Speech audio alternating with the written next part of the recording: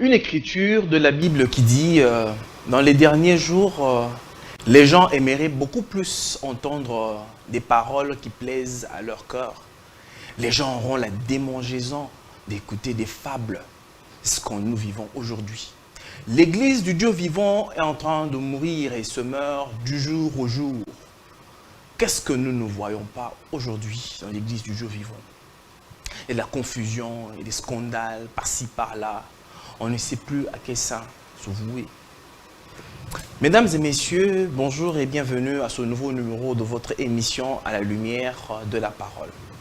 Aujourd'hui, je reçois pour vous une personne assez spéciale parce que ce numéro, il est aussi spécial. Je reçois pour vous une personne qui n'aime pas trop que je parle de ce sens-là, mais moi je l'appelle pasteur parce que quand on regarde, on voit qu'on a un œil d'un aigle, on sait directement voir. Lui, c'est le DG de Congo Buzz Télévision. Alors je dis bonjour et bienvenue DG. Salut Jules, comment tu vas? Je vais bien, et vous? Oui, très bien. DG, ça serait en mon bureau. Ici, je suis ton invité, donc on va essayer d'aller comme ça et tu peux me tutoyer. Moi, ça ne me gêne pas. D'accord, merci. Alors, merci de venir sur notre plateau aujourd'hui. Merci. Mesdames et messieurs, très chers téléspectateurs, comme vous le savez, à l'accoutumée, nous avons une manière pour nous de recevoir notre invité et puis de manière, je dirais, brève, de vous le présenter. Nous allons prendre un élément, on se retrouve tout juste après. C'est parti. À l'époque, il y a une moto ali na bongo, ne bali kotala ina mwa lisu.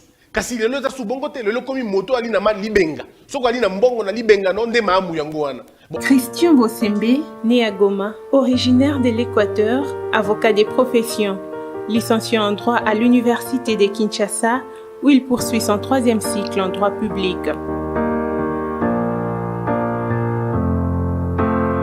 Plus de 15 ans de carrière dans la profession journalistique. L'ambassadeur à l'Union africaine, il s'agit de Claude Nyamugabo, ancien ministre des Sports et cadre du PPRD, nommé par le... Christian Bosembe, le directeur général ainsi que fondateur du groupe des médias Congo Buzz, qui dispose d'une chaîne télé TNT, d'un site d'information en ligne et YouTube. À l'extérieur, vous êtes parfois mieux honorés à l'extérieur qu'ici. Par des hommes et des femmes non initiés. Par des hommes et des femmes qui refusent la science, qui refusent la connaissance. Ce sont eux qui... Il est une étoile de la presse, maître d'école, souvent considéré comme pasteur. Quand vous traversez les épreuves difficiles de votre vie, gardez silence.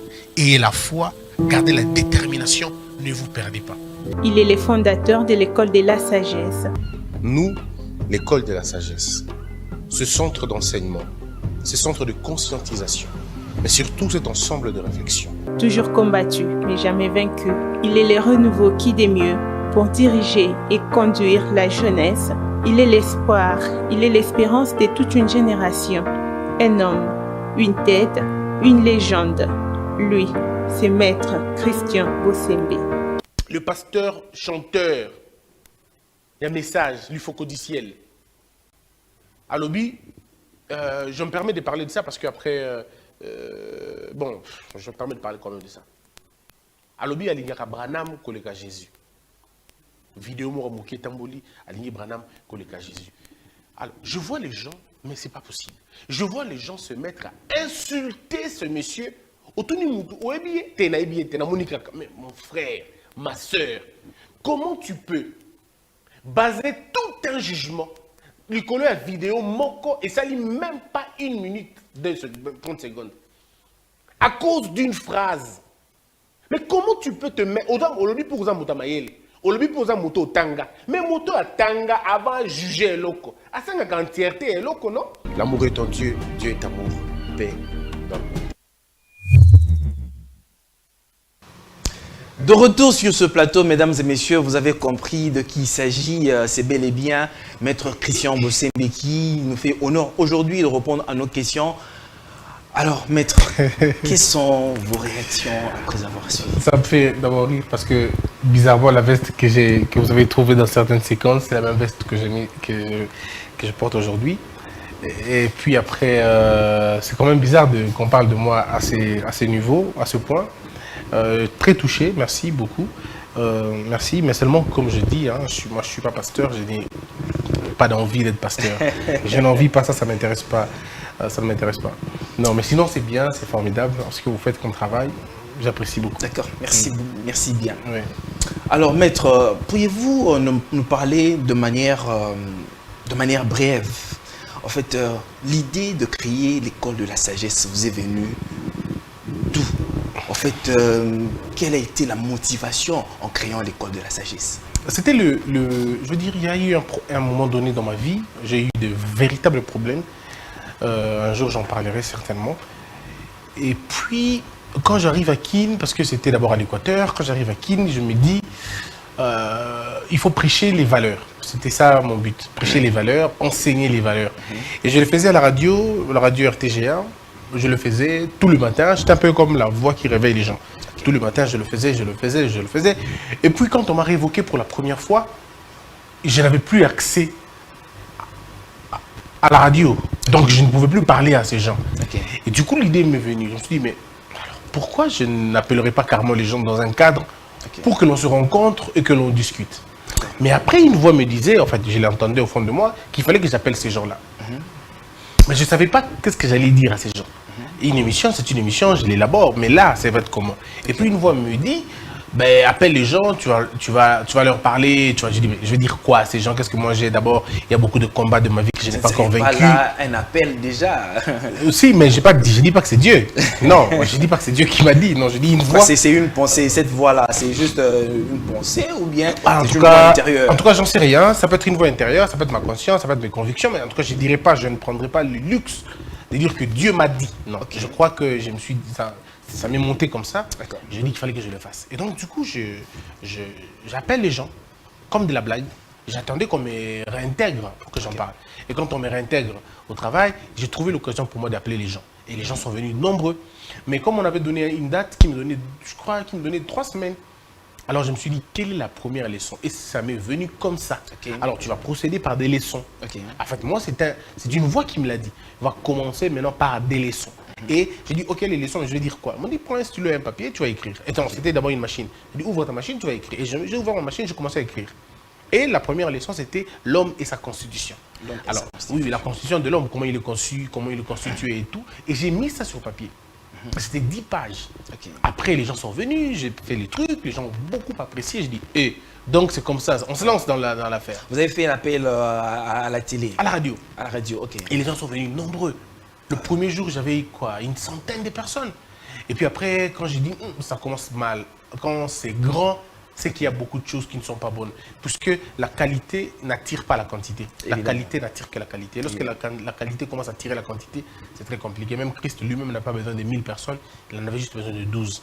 Et donc, je voyais déjà plein de gens, ça me disait que ça ne marchait pas. Et effectivement, comme je le savais, plusieurs personnes sont venues parce qu'ils pensaient que quand je disais école de la sagesse, c'est que j'avais une certaine lumière que je pouvais donner aux gens. Pourtant, la lumière qu'ils avaient, c'est la connaissance tout simplement. Et pour plusieurs personnes, c'était un moyen pour eux d'avoir des fétiches. Je ne sais pas ce qu'ils pensaient au fait. Et parce qu'après, quand les gens venaient, ils me disaient, mais après ici, c'est quoi? Qu'est-ce qu'on fait après? Je dis, mais après ici, il n'y a rien. Après la connaissance, il y a la pratique. Évidemment. Pratiquer maintenant. Et les gens commençaient à voir ça compliqué.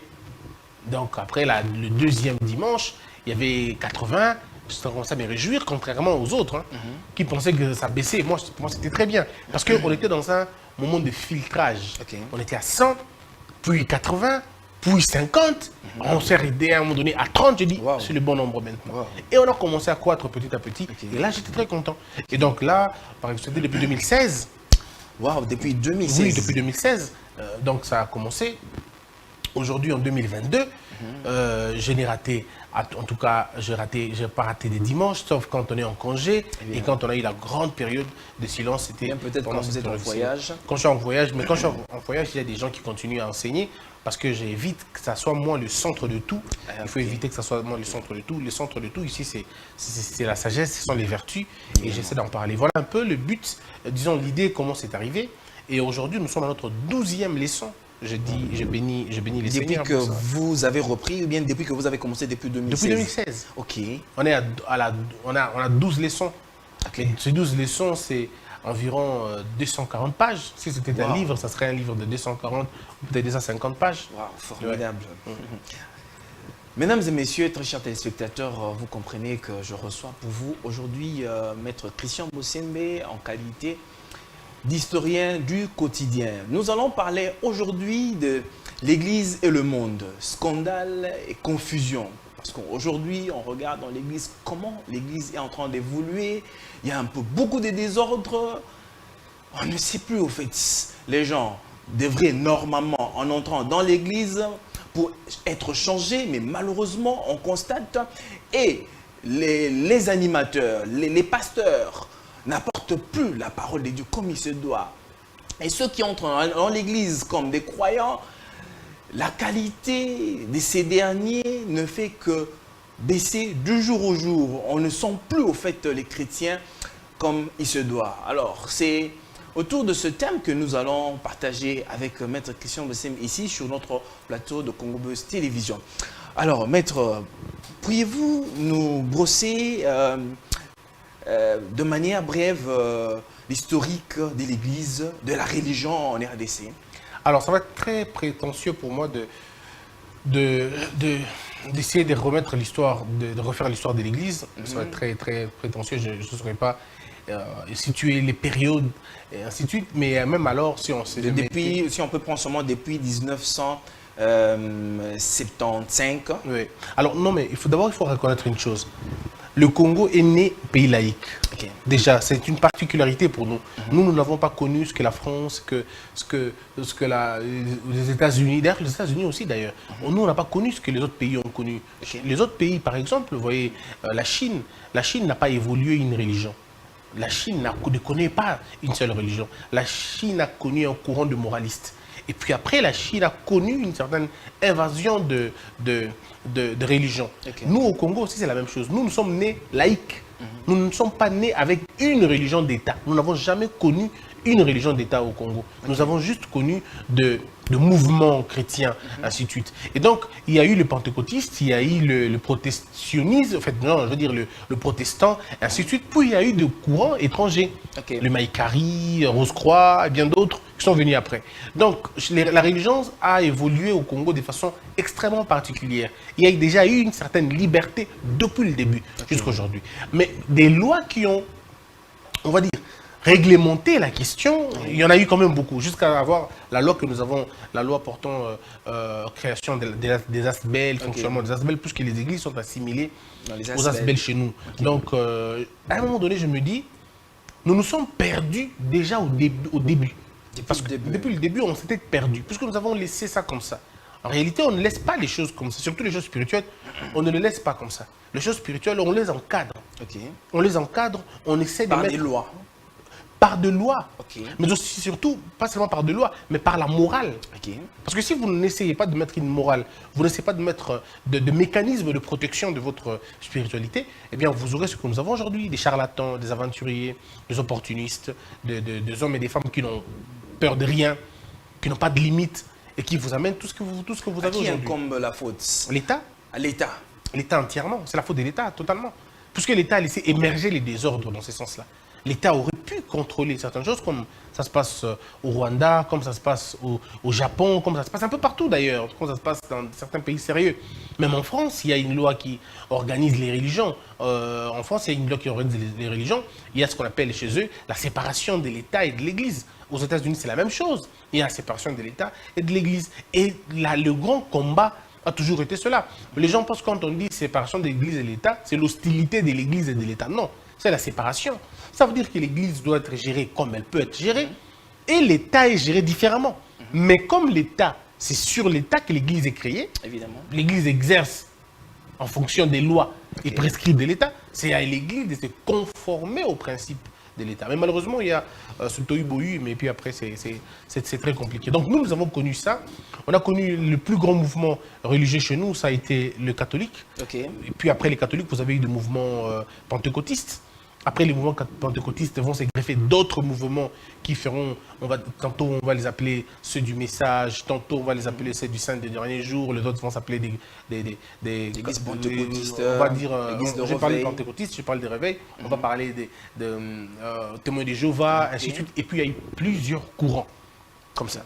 Alors, pouvez-vous faire une différence entre les églises, ou bien l'église d'antan et l'église d'aujourd'hui, par rapport à la qualité des animateurs et puis à la qualité des prédications? L'église, par exemple, si on peut rentrer dans l'église de 80 ici et l'église de 2000, y a-t-il une différence entre les deux? Je crois qu'il y a beaucoup de différences. Et je crois qu'il y a beaucoup de différences, pas combien, il y a aussi des différences en mal aussi. À l'époque, il faut quand même le rappeler, mais tout ce que je vais dire aujourd'hui, il ne faudrait pas les prendre comme absolu. Il y a beaucoup d'exceptions. Okay. L'église de 70, 80, même 60, il faut dire, 60, 70, 80, on va dire un peu 90, l'église allait par rapport à l'État aussi. Okay. Parce que l'image de l'église que vous avez, parfois, c'est aussi l'image de l'État que vous avez. Lorsqu'un État est pauvre, le message de l'église est biaisé. Puisque l'État envoie plus de pauvres dans l'église. Et lorsque les pauvres sont nombreux dans l'église, ils n'ont pas besoin d'un message de conscientisation. Ils n'ont pas besoin d'un message de responsabilisation. Eux, ils ont besoin d'un message d'accusation et de disculpation. Et le bouc émissaire, c'est Satan. Il faut accuser Satan. Il faut l'accuser pour dire que c'est lui le responsable des malheurs de tout le monde. Comme ça, les gens ne vont pas s'occuper de la gouvernance. Ils vont regarder un Satan qui leur doit tout. Satan doit le mariage aux gens, Satan doit la route aux gens, il doit l'électricité aux gens, il doit tout. Satan doit même la beauté à certaines personnes. Wow. Donc vous voyez qu'il y a quand même un problème à ce niveau-là. Donc la défaillance de l'État entraîne très souvent le message. Mais quel message? C'est le message qui est tombé sur des épines.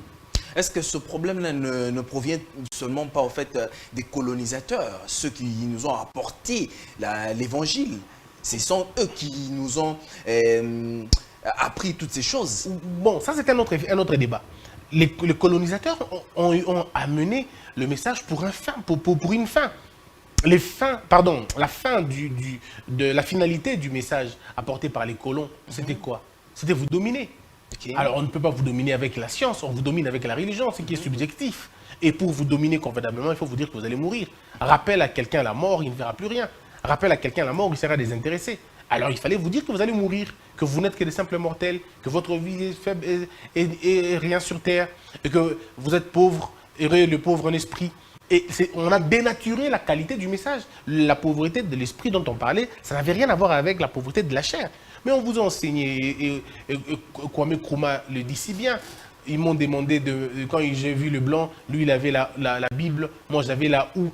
Quand il m'a demandé de prier, j'ai fermé les yeux en les ouvrant. Lui, il avait la houe, moi j'avais la Bible. Ça veut dire qu'on a amené l'église au Congo pour, on va dire, pour endormir les gens, saper les esprits. Bon, et puis après, il faut le dire, hein, le christianisme quand même, le christianisme coloniste ou colonialiste est différent du christianisme messianique. C'est deux choses différentes. Le christianisme colonialiste, c'est le christianisme apporté par les colons. On a sorti Christ de ce message pour des fins politiques. Évidemment. Alors que le christianisme messianique, c'est le christianisme du salut, qui vient pour le salut. Mais malheureusement, on nous a apporté au Congo, pas seulement chez nous, même en Chine. Ne vous en faites pas, en Chine, on appelait ces gens les chrétiens du riz. Parce qu'en Chine, on faisait baptiser les gens avec le riz. Donc on appauvrissait les gens, et les petits Chinois, les petits paysans qui n'en pouvaient plus, qui avaient faim, on leur donnait un peu du riz et on les baptisait. On les appelait les chrétiens du riz. Donc le but, c'était pas forcément que les gens croient en Christ, mais le but, c'était finalement d'endormir les gens. Voilà pourquoi en Chine, on n'aime pas beaucoup Christ. On ne l'aime pas. Pourquoi? Parce que comment on va aimer quelqu'un qu'on vous a fait aimer la personne pour les riz? Donc c'était finalement un truc bizarre. Et même chez nous aussi, avec le nom du Christ, ils ont fait tout ce qu'ils pouvaient faire. Et aujourd'hui même, les messagers d'aujourd'hui ont gardé le même symptôme, la même pratique. On vous parle du Christ, mais on vous pille, on vous fait des choses. Alors, je reviens à votre question principale, qui était celle de savoir la différence. Attention, 60 à 80, comme je dis, l'Église était à la lumière de l'État. Bon, le courant était difficile, à ce moment-là, on était dans une dictature, c'était la volonté de Mobutu, tout ça, mais il y a eu un problème. Beaucoup de pasteurs du passé n'avaient pas beaucoup étudié. C'était des gens qui n'avaient pas fait des grandes études. Mais cependant, ils avaient une certaine moralité. Évidemment. Ils avaient une certaine moralité, ils avaient une certaine intégrité. Mais excusez-moi, maître, à cette époque-là, le feu président Mobutu se plaignait aussi des églises. Pour lui, il appelait ça des minza. oui, ça c'est après. Mobutu s'est plaint des églises quand les églises commençaient à en faire un peu de trop. Ok. Mobutu ne se plaignait pas avant des églises. Sinon, il n'allait pas agréer ces églises-là. Mobutu avait accordé plus de 277 églises déjà. Sous Mobutu, il y avait déjà près de 277 églises qui émettaient, enfin, je veux dire, les chaînes, ce qu'on me dit à la télé, qui déjà étaient en exercice. Okay. Plus de 200 églises déjà sur l'étendue du territoire du Zaïre. On avait quoi, 40 millions d'habitants. Okay. Mais 40 millions d'habitants répartis pour 300 et quelques ou 200 et quelques églises, c'était déjà quelque chose de bien pour Mobutu. Il n'y avait pas de problème, il n'y avait pas de désordre. Les pasteurs à l'époque, ce n'étaient pas des gens extrêmement instruits. Ce n'étaient pas des docteurs en droit, ce n'étaient pas des docteurs en philosophie, ce n'étaient pas des docteurs en théologie. Mais c'était des hommes et des femmes, pour la plupart des cas, pieux. C'était des hommes et des femmes convertis réellement. Mais comme vous savez, les choses de Dieu, vaut mieux avoir aussi un peu d'intelligence. Vous avez la foi, c'est bien. Vous avez l'intelligence, c'est bien. L'apôtre Paul dit, il faut un peu d'intelligence dans la foi. Il faut ajouter un peu. Mais maintenant, aujourd'hui, 90, 92, 90, 2000, aujourd'hui, beaucoup de pasteurs ont fait des études de théologie. Ils sont beaucoup plus instruits. Mais le côté d'intégrité, de moralité, ce côté-là a baissé. Donc, si dans le passé, il y avait un problème d'instruction, aujourd'hui, il y a un problème de moralité. Ce qui fait qu'à l'église du passé, il n'y avait pas beaucoup de scandales, il n'y avait pas beaucoup de fautes, parce que ces gens avaient un peu de vertu. Ils avaient un peu de l'intégrité. Peu d'instruction pour interpréter convenablement certaines histoires de la Bible, parce qu'il faut un peu d'intelligence pour comprendre aussi la Bible. L'intelligence n'est pas mauvaise. Ce n'est pas une mauvaise chose. On nous fait croire que l'intelligence est mauvaise. L'intelligence n'est pas mauvaise. Ce n'est pas une mauvaise chose, l'intelligence. Mais nous, on croit que la parole de Dieu abrutit. Non. La parole de Dieu n'abrutit pas. Et les valeurs ne sont pas incompatibles à l'instruction. On peut avoir de l'instruction, mais aussi un peu de valeur. Mais maintenant, aujourd'hui, vous avez des pasteurs qui ont fait des longues études en théologie, qui ont fait des longues études dans beaucoup de choses, mais qui n'ont pas de moralité. Puisqu'ils mentent, puisqu'ils volent, puisqu'ils sont envieux, puisqu'ils sont encore dans le scandale, ils n'ont pas de valeur, ils n'ont pas de vertu. Donc voilà un peu ce que moi je peux dire comme la différence. Mais attention, dans l'ancien temps, il y avait aussi des pasteurs intelligents. Comme aujourd'hui, il y a aussi des pasteurs modèles, il y a aussi des pasteurs intègres, il y a aussi des pasteurs qui ont un peu de moralité.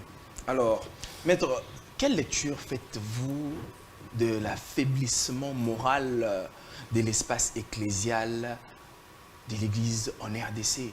Parce qu'on dirait, on voit des scandales par-ci, par-là. L'Église ne devrait vraiment pas être dans toutes ces choses-là. L'Église doit être un modèle. L'Église, les pasteurs, les animateurs de toutes ces églises-là devraient normalement montrer de l'exemple. Alors, quelle lecture faites-vous quand vous constatez ce genre de choses dans l'Église du Dieu vivant?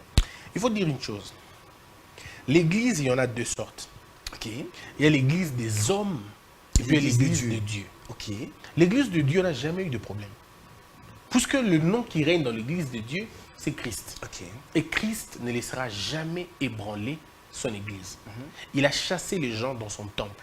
Puisque les gens faisaient exactement ce qui s'est fait aujourd'hui. Les gens vendaient, les gens blasphémaient, les gens racontaient des histoires, les gens faisaient du n'importe quoi dans l'Église, dans la maison de son Père. Il les a tous chassés. Mais l'Église des hommes, c'est l'Église de toutes les compromissions possibles. C'est l'Église où on a modélé le message. C'est l'Église où on a corrompu le message. C'est l'Église qui est sortie du message. Parce que le nom qui doit être cité à l'Église, c'est le nom du Christ. Le nom qui doit être célébré à l'Église, c'est le nom du Christ. Lorsqu'un autre nom d'un humain commence à être chanté à l'Église, c'est la perdition. Ça devient une Église des hommes. Lorsqu'une photo d'un individu se trouve dans l'Église, c'est une Église des hommes, ce n'est plus une Église de Dieu. Parce que dans l'Église de Dieu, il n'y a pas de photo de Dieu. Dans l'Église du Christ, il n'y a pas de photo du Christ. Puisque le Christ en qui nous croyons n'a pas été photographié. Donc on ne peut pas tailler une image de Dieu ou de Christ pour nous le présenter. C'est déjà un blasphème. Moïse est contre ça. La loi est contre ça. Voyez-vous? Mais je ne veux pas vous interrompre. Oui. Si on rentre en Exode, parce que Dieu avait dit, vous ne vous ferez pas d'image taillée d'une certaine manière. Mais Dieu inspira Moïse pour lui dire, va, fais pour moi un temple et mets les chérubins. Le modèle que tu verras au ciel, viens, fais-le moi et les gens viendront adorer là. Ne serait-ce pas là une image quand vous refusez aujourd'hui que l'on ait une certaine représentation de Dieu dans nos églises? Mais vous dites vous-même, est-ce que Moïse a vu, Dieu a dit à Moïse, dessine-moi? Vous parlez des chérubins? Vous parlez de quoi? Qu'est-ce que Moïse Vous a parlez vu? des images Oui. dans les églises. Oui, mais les images, si vous mettez une image qui symbolise la foi, moi, je n'ai pas de problème. Mais ne mettez pas l'image de La Christ. foi est abstraite. Oui, bah alors, ne mettez pas des images comme ça. Il faut attendre que Dieu vous dise les images que vous devez mettre. Et si dans ces églises-là, Dieu les a inspirés et ils ont reçu une inspiration de Dieu de mettre ces images-là. La parole de Dieu ne se contredit pas. Ok. Tout simplement. La parole de Dieu ne se contredit pas. Si eux, ils ont cette foi-là, il n'y a pas de souci. Moi, je n'ai pas de problème de ces questions-là, sur la question. Seulement, je me dis, si nous devons rester fidèles dans la parole de Dieu, il n'y a pas de représentation humaine de Dieu. Ça n'existe pas, c'est une folie. Vous ne pouvez pas mettre les images symbolisant Dieu. Mettez les images qui symbolisent les anges, si vous voulez. Mettez les images qui symbolisent, je ne sais pas Là, moi. vous êtes d'accord si on mettait l'image d'un ange? Oui, mettez les images des anges, tout, moi, il n'y a pas de problème, mais je ne me prosternerai pas devant ces images-là. Moi, je ne me prosternerai pas devant les images des anges. Je ne suis pas sauvé par les anges. Je ne suis pas sauvé par un pasteur. Je ne suis pas sauvé par David. Je ne suis pas sauvé par Paul. Je ne suis pas sauvé par Moïse. Je ne suis pas sauvé par Abraham. Je ne suis pas sauvé par Branham. Je ne suis pas sauvé par Billy Graham. Ok. Je suis sauvé par le Christ, pas par ces hommes Mais qui sont mortels. Dieu utilise toujours les hommes. Pas pour nous sauver. Non, pour nous sauver. Non. Le peuple d'Israël, pour être sauvé, il fallait qu'il croie en Moïse pour sortir de l'Égypte. Parce Non. que Moïse avait un message.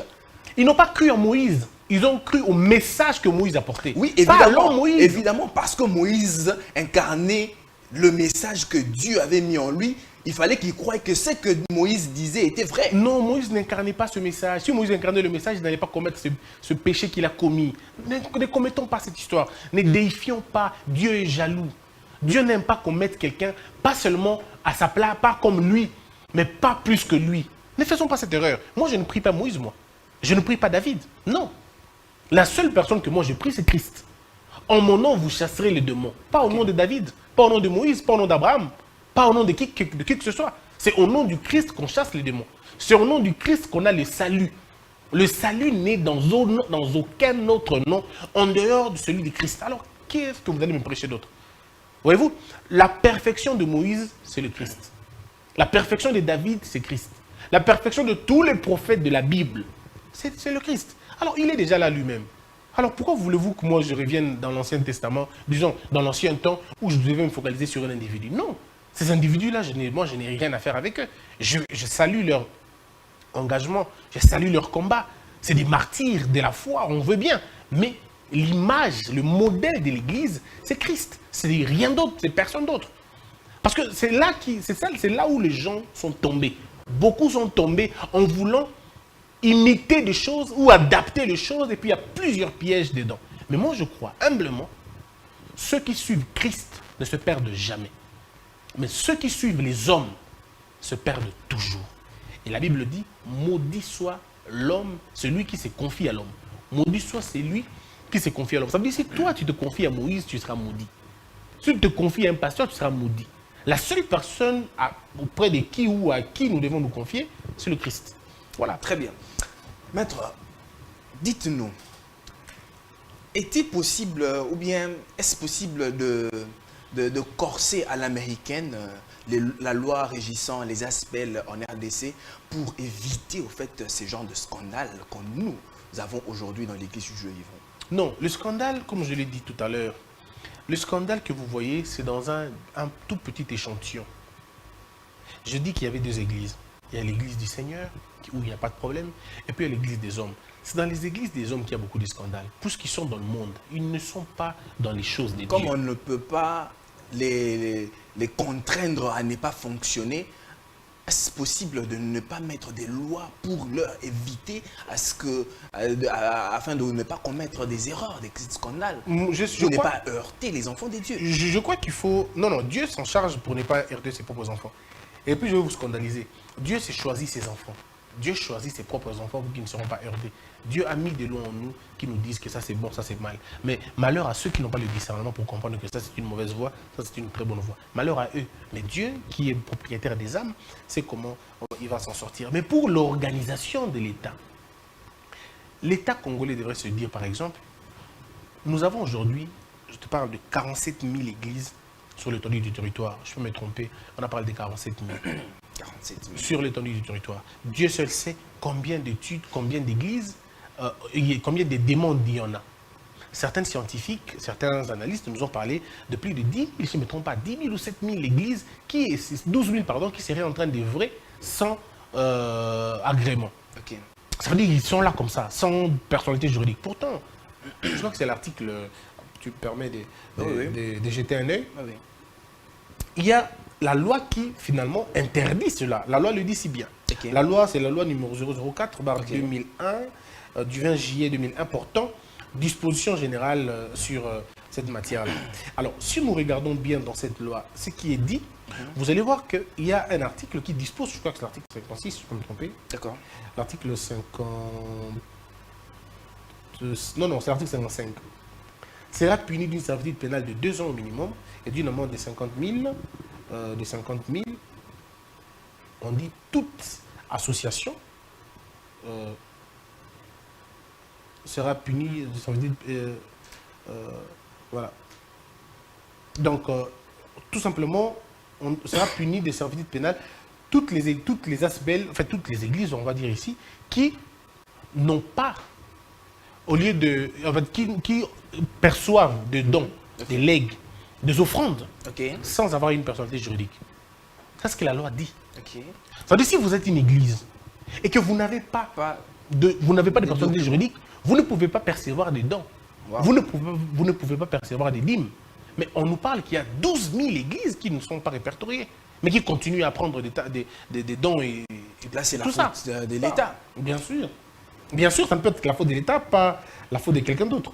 Donc, c'est nous qui avons... Voilà, non, ce n'est pas l'article 51, c'est plutôt l'article 56. Voilà. 56. Sera puni d'une servitude pénale principale d'1 an, maximum, ou d'une amende de 25 000 à 50 000 francs congolais, ou d'une de ces peines seulement, qui concourra à relancer les activités d'une association confessionnelle suspendue par application de la présente loi. Sera puni d'une servitude pénale principale de 1 à 2 ans et d'une amende et tout ça. Quiconque aura participé au maintien ou la reconstitution d'une association confessionnelle dissoute par application de la présente loi. Ça, c'est la loi qui le dit, l'article 56 de cette loi. Mais est-ce que cela s'est fait? Est-ce que cela s'applique? Pourquoi il n'y a pas beaucoup de problèmes chez les musulmans? Pourquoi? Mais parce que chez les musulmans, il y a un ordre. L'ordre, c'est que vous ne devenez pas imam par volonté. On ne devient pas imam parce qu'on veut devenir imam. On vous proclame imam. Et vous ne le devenez pas par votre propre volonté. Je me réveille un matin, Dieu m'a dit non. Non, il y a un cursus. Mais à l'église, les églises chrétiennes, tout le monde devient pasteur comme il veut, s'il veut, quand il veut, où il veut. Tout le monde devient pasteur. Quelqu'un qui dort, il se réveille directement. Dieu m'a dit, je ne deviens pas pasteur et je dois fonder une église. Quand on entre dans ça, c'est fini, on est foutu, on ne s'en sortira plus. Voilà pourquoi, dans des pays sérieux, on essaye de canaliser ces choses-là. Ou on ouvre, on laisse 2 courants, ou 3 courants. On fait appeler ça comme vous voulez, ou on ouvre des grandes, on va dire, des grandes écoles théologiques pour que ne deviennent pasteurs que ceux qui sont passés par là. Vous avez l'appel de Dieu, oui, mais confirmez ça maintenant par un acte. Comme ça, on sait que vous êtes pasteur et que tous les cas, tout ce qui va arriver dans votre église, vous serez responsable de ces choses-là. Voyez-vous? Donc ici, ce n'est pas une guerre contre l'église, non, mais c'est une question d'ordre et de discipline. La question des spiritualités est une question assez importante. Il ne faudrait pas la laisser entre les mains de tous les aventuriers qui disent ce qu'ils veulent. Je crois à un moment donné, il faudrait qu'on y travaille sur la question. C'est à nous de décider. Est-ce qu'on y va dans la logique de dire aux élèves, pardon, aux écoles, on dit aux écoles, pardon, aux églises, donnez-nous la liste de tous vos pasteurs, de tous vos prétendants pasteurs. S'ils veulent avoir ça comme réflexion, on y va. Mais il faut trouver des moyens, il faut trouver des mécanismes pouvant nous amener là où il faut que ça nous amène. Très bien. Tout dépend de l'État, ce que l'État veut, au fait. Très bien. Où l'État peut limiter le nombre d'agréments. Mobutu avait suspendu plus de 300 demandes d'églises qui voulaient être agréées. Il disait déjà qu'on en avait beaucoup. Pourquoi en avoir encore d'autres? L'État peut se décider aujourd'hui de nous arrêter là ou alors de faire la fusion. Moi, je pense qu'il faudrait peut-être faire la fusion parce que ça en est un peu de trop et puis ça fait trop de bruit dans la cité. Bon, tout pour ça, le là. bruit, c'est simple. Pour le bruit, l'État doit décider que toutes les églises soient insonorisées. Si toutes les églises deviennent insonorisées déjà au niveau de l'intérieur, il n'y aura pas de problème, puisque plus personne n'entendra de bruit à l'extérieur. Déjà, tôt le matin, vous entendez quelqu'un, un gars là qui est en train de dire Jésus, Jésus, Jésus. Déjà, il dit Jésus. Donc, ça dit qu'on ne connaît pas c'est Jésus ou c'est Jésus? C'est Jésus. Jésus. Alors, quand quelqu'un déjà dit Jésus, c'est quoi la suite de son message? Ça va être très, très compliqué. Et puis, est-ce que vous avez besoin? Parce que Dieu n'est pas un Dieu de désordre. Ce qui se passe ici, c'est vraiment du désordre. Voilà. Il y a aussi, si tu permets, il y a aussi l'article toujours 55 de la même loi qui nous dit un peu plus de choses. Sera puni, ça veut dire pénal de 2 ans au maximum ou d'une amende de 50 000 à 50 000 francs congolais ou d'une de ces peines seulement quiconque aura perçu de dons, présents, legs ou aumônes au nom d'une association confessionnelle n'ayant pas la personnalité juridique ou l'autorisation de ce fonctionnement. Cher Jules, l'État est responsable de ces chaos. L'État peut l'arrêter. Nous pouvons décider qu'il n'y ait pas tout ce bruit qu'il y a aujourd'hui. Et une réponse à tout ça, c'est aussi le travail. Que l'État prenne ses responsabilités. Que l'État soit celui qui crée des conditions pour que les gens trouvent de l'emploi ou créent de leur emploi. Que l'État trouve des mécanismes pour éduquer convenablement ses enfants. Que l'État prenne ses responsabilités. L'Église va se voir un peu désengorgée. Mais où se trouve le problème? Est-ce un problème d'animateurs, nos responsables qui ne sont pas assez compétents pour tabler sur la chose? Ou bien c'est juste, bon, ils n'ont pas le temps pour ça et ils sont beaucoup plus ailleurs? La question de l'Église est une question très, très difficile. Parce que c'est une question électorale aussi. Les églises, il y en a 10 000 personnes et 15 000 personnes. Vous ne prenez pas des décisions comme ça à la va-vite, sinon on ne vous votera plus. Il suffit pour vous de dire n'avancez pas sur la question, on ne va pas vous voter. Tous ces gens que vous voyez cherchent les voix. Ils vont pas prendre des décisions difficiles. C'est quoi la bonne église? La responsabilité, ce n'est pas non plus l'État seulement, mais c'est aussi les pasteurs. Il y en a qui ont eu l'appel, mais qui n'ont pas eu la provision de l'appel. Ils croient avoir eu l'appel, mais ils n'ont pas d'appel.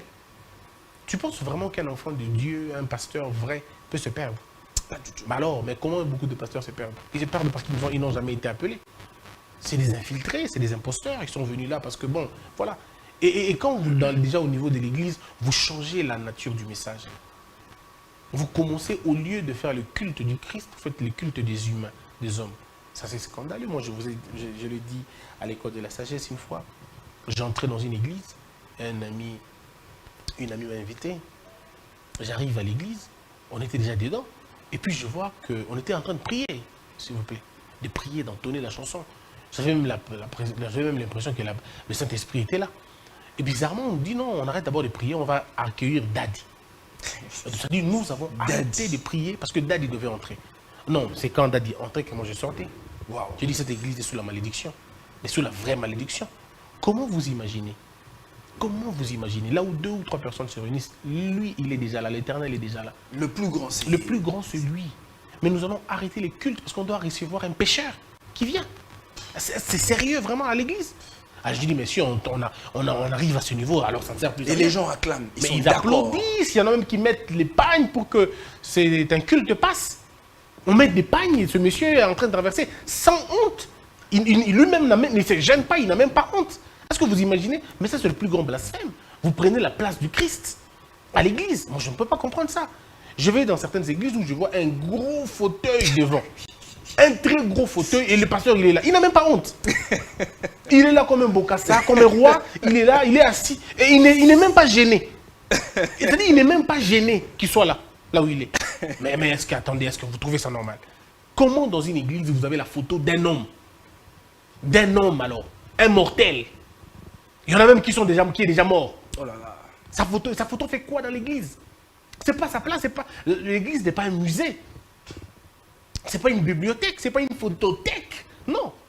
Si vous aimez tellement votre pasteur, ou vous aimez tellement votre prophète, ou vous aimez tellement votre visionnaire, mettez sa photo dans le musée de l'église. Ça sert aussi à ça. L'église est le sanctuaire. C'est le Christ, rien que le Christ. On ne peut pas avoir, il ne peut pas y émerger un autre nom. Et d'ailleurs, vous savez, cher Jules, les pasteurs sont des bergers. Évidemment. Ce n'est pas des propriétaires de brebis. J'ai entendu un homme dire, non, Bengono église nanga. Ah, ton église. Donc ce n'est plus l'église du Seigneur, c'est ton église. Est-ce que vous pensez qu'un berger peut manger la brebis quand il veut? Non. Parce que ça ne lui appartient pas. Mais à partir de quel moment, vous, les bergers, vous mangez les brebis quand vous le voulez? Vous vous rendez de compte à qui? Et c'est là le plus grand scandale. Parce que les gens se sont écartés de la parole de Dieu. Est-ce que ce n'est pas aussi un problème, comme la Bible le dit, la nature ne vous enseigne-t-elle pas? Parce que quand on regarde par exemple les fourmis, la manière dont elles marchent, il y a un chef devant qui est en train de conduire tous les autres. Et aujourd'hui, dans les églises de réveil, chacun sort de sa manière et chacun n'a de compte à rendre à personne. Est-ce que ce ne serait pas aussi... Mais les désordres, ce sont c'est le fils du Satan. C'est le fils du serpent. Le fils du serpent, ça se caractérise, la lignée des serpents, ça se caractérise par moi, qui paye. C'est ça la lignée du serpent. La lignée du Christ, c'est de l'ordre. C'est la discipline. Disons carrément que les gens vont à l'église pour adorer Dieu, mais en réalité, ils n'adorent pas Dieu, mais ils sont en train d'adorer Satan. Est-ce qu'ils les connaissent même? Est-ce qu'ils connaissent Dieu? Beaucoup ne connaissent pas Dieu. Ils ne connaissent pas Dieu. Ils vont à l'église parce qu'ils ont des problèmes sociaux. La plupart vont à l'église parce qu'ils ont des problèmes de société. Ils ont des problèmes sociaux. Ils ont des problèmes de société. Ils vont à l'église parce qu'ils ont peur de mourir. Ils vont à l'église parce qu'ils ont peur de Satan. Ils vont à l'église parce qu'ils ont peur de la pauvreté. Ils vont à l'église parce qu'ils ont peur de tomber malade. Ils vont à l'église parce que leurs enfants dérangent. Ils vont à l'église parce qu'ils ont besoin d'enfants, besoin du travail. C'est tout. Ils ne vont pas à l'église pour autre chose. Pour la plupart. Comment tu vas à l'église mais ton cœur ne change toujours pas? Tu es toujours méchant, haineux. Tu pardonnes difficilement, rancunier. Mais tu vas à l'église. Comment faites-vous pour lever les mains comme ça? Comment faites-vous pour aller à l'église alors que vous avez encore la corruption en vous? Vous ne voulez pas changer. Vous ne voulez pas changer. Vous êtes impudique, vous êtes méchant, vous êtes grossier. Vous avez un cœur rempli. Vous avez...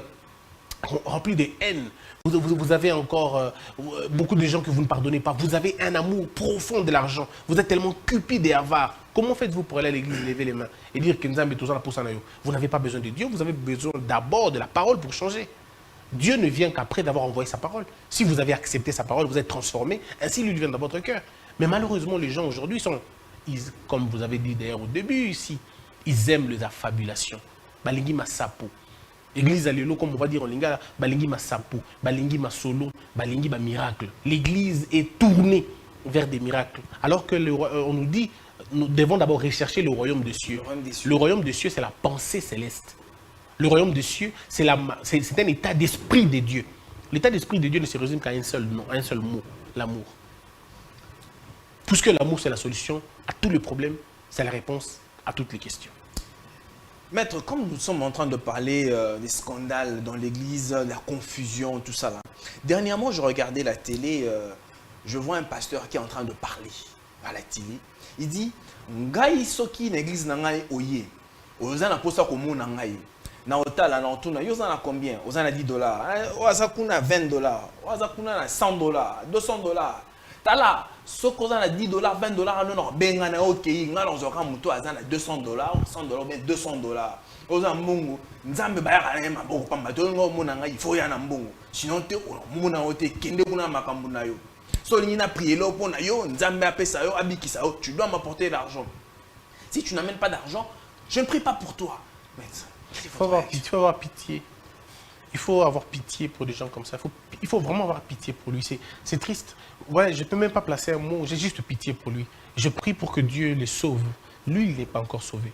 Que Dieu le sauve. Il n'y a personne comme collègue ou bien une autorité pour recadrer cette dérive. Bazar d'autorité, les rebelles n'ont pas d'autorité. Est-ce que tu as déjà vu des rebelles avoir une autorité? Les rebelles n'ont pas d'autorité. Ils sont rebelles. Leur nature, c'est comme ça. Ils sont rebelles, ils sont désordonnés. Un rebelle ne peut pas avoir une autorité. Tous ces pasteurs que tu vois pour la plupart des cas sont des rebelles. Ils se sont déjà rébellés plus d'une fois. Voilà pourquoi ils récoltent le fruit de la rébellion. Ils se sont rébellés au Seigneur et leurs petits, leurs enfants se rebellent à eux, se rebellent contre eux. C'est comme ça. Jules, tu ne peux pas obtenir la soumission si tu n'es pas soumis à quelque chose. Évidemment. Seuls les soumis ont de la soumission. Si vous n'êtes pas soumis, on ne vous sera pas soumis. Ceux qui se sont rebellés à Christ, on se rebelle contre eux. C'est comme ça. Tu ne peux pas te rebeller contre le Seigneur. Si tu te rebelles contre le Seigneur, tous ceux que tu as formés vont se rebeller contre toi aussi. C'est comme ça. Tous ces pasteurs que tu as pour la plupart des cas, ce sont des rebelles. Ils se sont rebellés d'abord. Ils veulent transformer le message, adapter le message du Seigneur par rapport aux conditions de vie du Congo. Et c'est très compliqué. Ils ne peuvent plus prêcher la vérité. Ils ne peuvent plus prêcher la sanctification. Ils ont honte de prêcher Christ. Ils veulent l'adapter maintenant. Ouais, mon Christ a fashion. Christ a fashion dans la raté. Christ est Christ. Le même qui était hier, le même qui est aujourd'hui, le même qui sera demain. Et nous avons besoin des églises qui ne parlent que de lui, que de son amour. Est-ce que s'ils arrivaient à prêcher la vérité, la sanctification, le royaume des cieux, l'église se viderait, peut-être eux ne seront plus riches? Il y a le plein du monde, les vides de Dieu, et le plein de Dieu, le vide du monde. C'est quoi au fait? Il y a des églises où il y a 1000 personnes, mais c'est un vide pour Dieu. Dieu ne considère pas ces choses-là. Il n'est pas dedans. Il voit que c'est juste un attroupement, c'est juste un rassemblement de perdus. Dieu le voit comme ça. Et puis il y a une des églises où il n'y a que 7 personnes, 8 personnes, 9 personnes. Ça, c'est les rassemblements des saints. Dieu sait que alors maintenant, quand vous voulez faire plaisir aux hommes, vous allez diluer le message. Mais si vous ne voulez pas faire plaisir aux hommes, vous voulez garder le principe de Dieu, vous allez prêcher la parole et c'est tout. Mais il y a des hommes qui ont prêché dans le désert. Il y a des hommes qui ont prêché dans les collines, perdus, où il n'y avait pas d'individus. Même Christ l'a dit, si vous arrêtez de m'adorer, les pierres vont s'élever. Mais pourquoi les gens aujourd'hui ont peur? Ils ont peur du vide. Non, ce n'est pas... En fait, il faut dire aux gens, ce n'est pas vous qui appelez... Vous pouvez appeler les gens, mais le Saint-Esprit sélectionne où il y est. Donc, limitez-vous à faire votre travail. C'est Dieu lui-même qui se charge. Vous savez, vous n'aurez jamais plus grand que la mesure que Dieu a réservée pour vous. Il y a des gens que Dieu a dit, il y en a 1000 personnes. Il y a des gens que Dieu a dit, il y en a 50 000 personnes. Il y a des gens que Dieu a dit, il y en a 10 personnes. Contentez-vous de ce que vous avez comme travail. Moi, je te donne mon exemple, l'école de la sagesse, par exemple, là. Mais Jules, je m'en fous du nombre. Jamais je me suis plaint du nombre. Il y a eu des moments où j'ai enseigné 7 personnes, 10 personnes, je m'en tape. Moi, je dis, Seigneur, je suis là comme ton instrument. Je fais ce que tu m'as demandé de faire. Les restes, ce n'est pas mon problème. Qu'ils viennent 1000, tant mieux. Qu'ils viennent 200, ce n'est pas mon problème. Je ne ferai jamais une prière. Dieu, envoie-moi les gens. Non. Dieu t'envoie les gens en fonction des défis et de ce que lui veut. Mais alors, si nous commençons maintenant à compter les églises, c'est ça aussi qui a tué l'église aujourd'hui, la masse. Ils veulent tous avoir des gens nombreux. Voilà pourquoi ils diluent le message. Vous avez des pasteurs qui avaient de l'onction avant, mais aujourd'hui, c'est devenu des motivateurs. Ils font exactement comme nous faisons à l'école de la sagesse. Ils sont là pour parler des femmes, des mariages, ainsi de suite. Ils n'ont plus la parole, ils n'ont plus le miel pour donner aux enfants de Dieu. Ils sont maintenant dans les histoires. Ils sont dans les affabulations et dans des miracles fabriqués. Dieu n'est pas séduit parce que vous avez réveillé un mort. Non.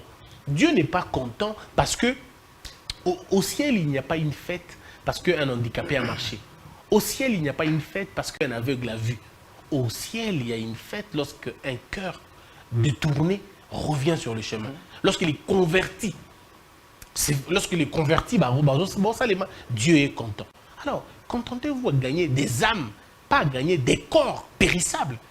C'est ça notre plus grand problème. Nous ne cherchons pas les âmes, nous cherchons le corps. Et c'est ce qui est triste. Maintenant, croyez-vous en la prédestination? C'est-à-dire? La prédestination, parce que vous venez de parler ici que des personnes que le Saint-Esprit a choisies d'une certaine façon. La prédestination, les personnes qui ont été choisies préalablement par Dieu avant même que le monde ne soit... Dans cette définition-là, oui, je crois à la prédestination. Dans cette histoire, oui, je crois. Mais je crois aussi que le projet de Dieu est clair. Il est inscrit dans le livre de Jérémie. Il dit, j'ai formé un plan merveilleux pour vous. Le plan de bonheur. C'est tout. Mais la manière dont vous concevez ce verset-là, c'est pas la même façon qu'un pasteur aujourd'hui interpréterait plutôt ce verset. Peut-être lui dirait, il parlerait du bonheur par rapport au bien matériel. Non, le bonheur n'a rien à voir avec le matériel. Le matériel, ce sont les tabici. Les matériels, c'est les surplus. Mais la Bible l'a déjà dit. Cherchez d'abord le royaume des cieux et le reste, je vous donnerai de surplus. Alors, mais dites-moi, on a dit d'abord. Donc, d'abord, ça veut dire prioritairement. Quand on dit d'abord, ça veut dire oublie tout le reste. Ça, c'est la priorité ici. Recherche d'abord le royaume des cieux. C'est quoi le royaume des cieux? Parce que comme je te dis, c'est une mentalité. C'est une mentalité de la foi. C'est une mentalité de mettre Dieu au-dessus de tout. C'est une mentalité d'oublier le matériel. Pourquoi on fait oublier le matériel? Puisque le matériel va être... C'est ça que tu vas avoir après. Le royaume des cieux, c'est un état d'esprit basé sur l'amour, sur le partage, sur la compassion, sur le fruit de l'esprit. C'est ça le royaume des cieux, sur la foi. Parce que quand tu es connecté à ce royaume-là, tout ce que tu cherches, c'est quoi? Tu n'auras même pas besoin d'aller le chercher. Tu n'auras pas besoin de chercher parce que tu auras désactivé ce monde-là. En fait, le monde matériel est à notre service. Mais la clé se trouve dans le royaume des cieux. Donc celui qui a le royaume des cieux, qui a la pensée céleste, a déverrouillé le monde ici. Tu n'auras plus besoin de parler de voiture, tu n'auras plus besoin de parler maison, tu n'auras plus besoin de parler argent, puisque tu as été connecté à la matière la plus importante que toutes ces matières-là. Nous, en droit, on dit l'accessoire sur le principal. Le principal ici, c'est le royaume des cieux. L'accessoire, ce sont les matériels. Donc si je me connecte au principal, l'accessoire me suivra obligatoirement. Ce n'est même pas une question de demander. Voilà pourquoi, quand on croit véritablement à Dieu, on ne demande plus. Même c'est pourquoi vous avez, pardon, voilà, dans la Bible, par exemple, Christ dit, pourquoi vous qui êtes, je paraphrase, les oiseaux du ciel ne demandent pas, ne font pas de prière, pourtant ils mangent. Mais à combien de forte raison, vous qui avez vous avez été créé à mon image. Mais alors dites-moi, ça veut dire quoi simplement? Si vous vous connectez à l'état d'esprit céleste, les choses matérielles ne vous diront plus rien. Elles viendront vers vous. Salomon n'a jamais demandé d'être riche. Il a demandé quoi? La sagesse. Et tous les restes, on lui a donné. Parce que quand tu as la sagesse, tout le matériel vient vers toi. Vient vers toi si tu veux. C'est ça notre plus grand problème. Les gens refusent de se connecter on va dire, au royaume des cieux. On veut pas ce qu'on on veut pas. Pourquoi vous savez? Parce que le royaume des cieux, ça demande beaucoup. Ça demande des sacrifices. Ça demande de pardonner à vos ennemis. Ça demande de s'humilier. Ça demande que lorsqu'on te gifle à la joue gauche, que tu donnes la joue droite. Ça demande que lorsqu'on t'insulte, que tu te taises. Ça demande lorsqu'on t'a fait du mal, que tu pardonnes. Ça demande lorsque quelqu'un a mal, que tu lui donnes. Quand quelqu'un manque, que tu donnes. Ça demande que lorsque tu vois une veuve affamée, que tu lui donnes. Ça demande que tu protèges l'orphelin.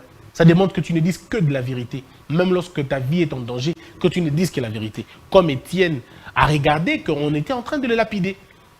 Étienne, on le lapidait. Vous savez, Étienne, il suffisait seulement qu'Étienne dise « Je ne connais pas Christ, on allait les relâcher. On allait les relâcher. Mais Étienne, il a compris que la véritable vie, c'est le royaume des cieux. Ce n'est pas le royaume de ce monde. Il a accepté d'être lapidé. Il est mort pour ça. Voilà le royaume des cieux. Très bien.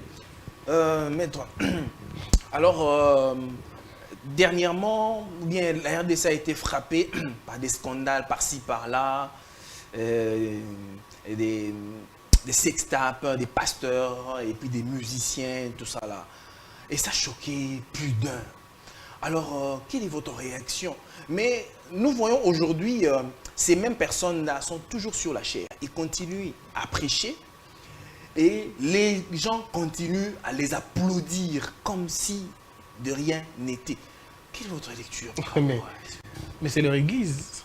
Et l'église, normalement, ce n'est pas l'église de Dieu. C'est leur église. Voilà pourquoi quand vous êtes dans votre église, vous n'avez pas d'autorité. Mais si vous êtes dans l'église du Seigneur, lorsque vous avez été l'objet d'un scandale, on sort. On s'assoit. Ou on s'assied, si tu veux. On se met et on est prêché. On se repent et puis on reprend la parole de Dieu. Mais les gens qui ne veulent pas se cacher, qui ne veulent pas s'humilier, qui ne veulent pas reconnaître leur tort, ils ont toujours des explications à tous les problèmes. Mais ça va être très compliqué.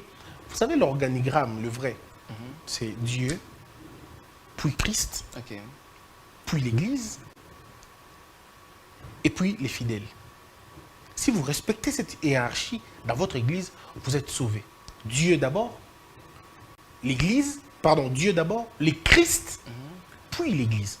Mais d'autres disent Dieu d'abord, Christ, le message, après l'Église. Il n'y a pas de problème aussi. Mais c'est d'abord cette organisation-là. Mais quand toi, tu as été à la base d'un scandale, même humainement, tu ne peux pas te retirer pour te reposer un peu, pour te remettre en question, que ta conduite n'a pas été bonne, afin que tu ne scandalises pas l'Église, que tu ne scandalises pas la foi des autres, que tu ne sois pas une pierre d'achoppement pour d'autres. Prends 1, 2, 3, 4 mois dans la présence du Seigneur. Humilie-toi. Moi, je suis contre ceux qui disent quand un pasteur est tombé dans un sextape, ou quand il est tombé dans une impudicité, ou quand il est tombé dans un adultère, que l'appel est parti. Non. Dieu ne se répond pas de ses dons. L'appel n'est pas parce que tu as commis un péché. L'appel reste là. Mais ton attitude vis-à-vis de ce que tu as fait. Il faut que tu te dises, j'ai été mauvais, j'ai été méchant, j'ai été un scandale pour les autres. Éternel, pardonne-moi pour ce que j'ai fait. Je m'humilie devant toi, je reste dans ta présence. 1 mois, 2 mois, 3 mois, 4 mois, selon que Dieu le voudra, tu peux reprendre l'église, il n'y a pas de problème. Il ne faudrait pas qu'on soit à l'extrême non plus. Non. Dieu n'a pas besoin des âmes perdues, Dieu a besoin de gagner les âmes.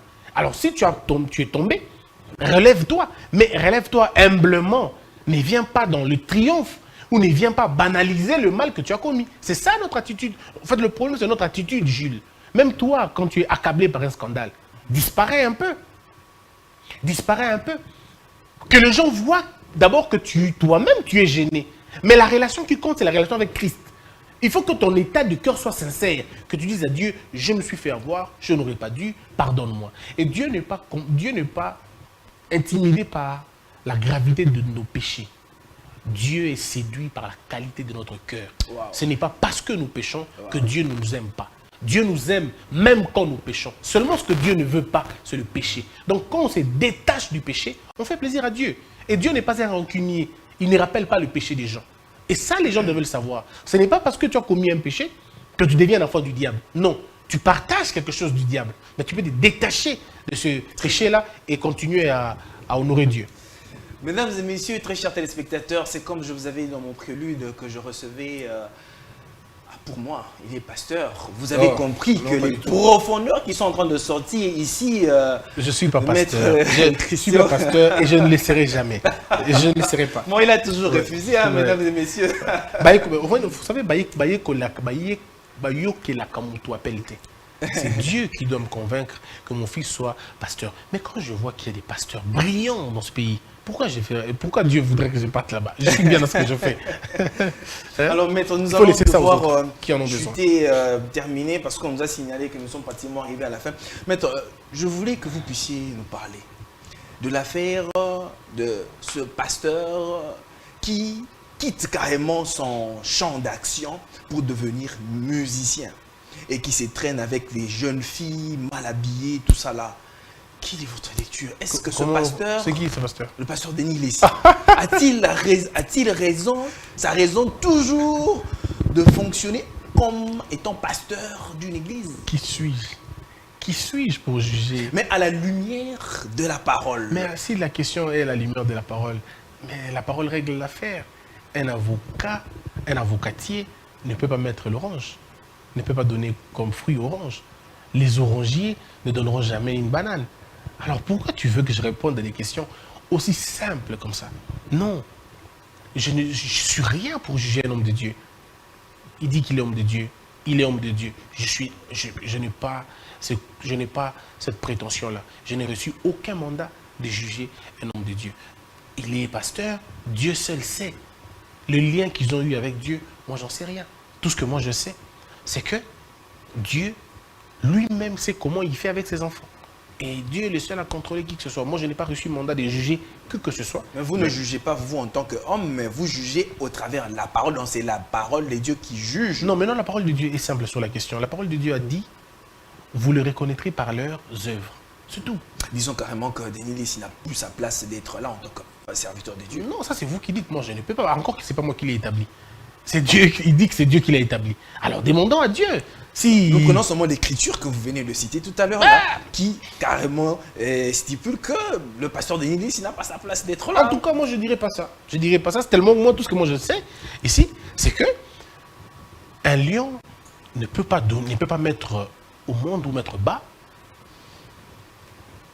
une chèvre. Okay. Et une chèvre ne mettra jamais un cheval. Donc je crois que c'est aussi clair que ça. Mais que chacun reste dans sa bande et Dieu seul sait qu'est-ce qu'il a réservé pour chacun d'entre nous. D'accord. Maître, alors quel remède préconisez-vous pour redresser cette église qui est en train d'aller dans la dérive, tout ça là? Qu'est-ce que vous pouvez dire quel remède vous pouvez apporter pour ne fût-ce que qu'il y ait quand même des solutions quoi, pour que l'Église revienne sur la droiture, sur le bon chemin? Au niveau de l'État, l'État doit contraindre le parrainage. L'État doit obliger un parrainage pour les pasteurs. Je crois qu'un autre jour, je reviendrai pour donner les détails de cette vision. Je suis en train d'étudier encore la question. Le parrainage va être très important ici. Et du côté de l'Église, le retour à la parole. Il faudrait que les pasteurs comprennent qu'il faut retourner maintenant, faire un retour à la parole. Nous devons respecter la parole de Dieu et rentrer dans la parole. C'est très important. On s'est beaucoup égaré. Rentrons dans la parole, c'est le plus important. Alors, votre dernier mot de la fin, nous sommes carrément arrivés à la fin de notre émission. C'est Christ ou rien. C'est Christ ou rien. Ouais, Christ est tout ou rien. Alors, ceux qui disent Branham ou rien. C'est Christ ou rien. Mesdames et messieurs, très chers téléspectateurs, je suis très content de vous avoir présenté cette émission. C'est comme je le disais que je recevais pour vous une personne assez spéciale. Lui, c'est Maître Christian Mosembe qui nous a fait honneur de répondre à nos questions. Aujourd'hui, nous avons parlé de l'Église et le monde, confusion et scandale. Nous pouvons voir en RDC comment est-ce que les églises se conduisent, comment est-ce qu'elles évoluent, comment est la qualité des chrétiens aujourd'hui. Tout le monde voit et tout le monde comprend, alors que nous sommes en train d'aller tout doucement vers le ciel. Alors, je dis merci de nous avoir suivis. Vous avez été très nombreux. Alors, une seule chose que je vous demanderai, de ne pas oublier de vous abonner massivement sur notre chaîne YouTube et sur toutes nos plateformes de réseaux sociaux. Alors, pour ce soir, je vous dis au revoir et à très bientôt.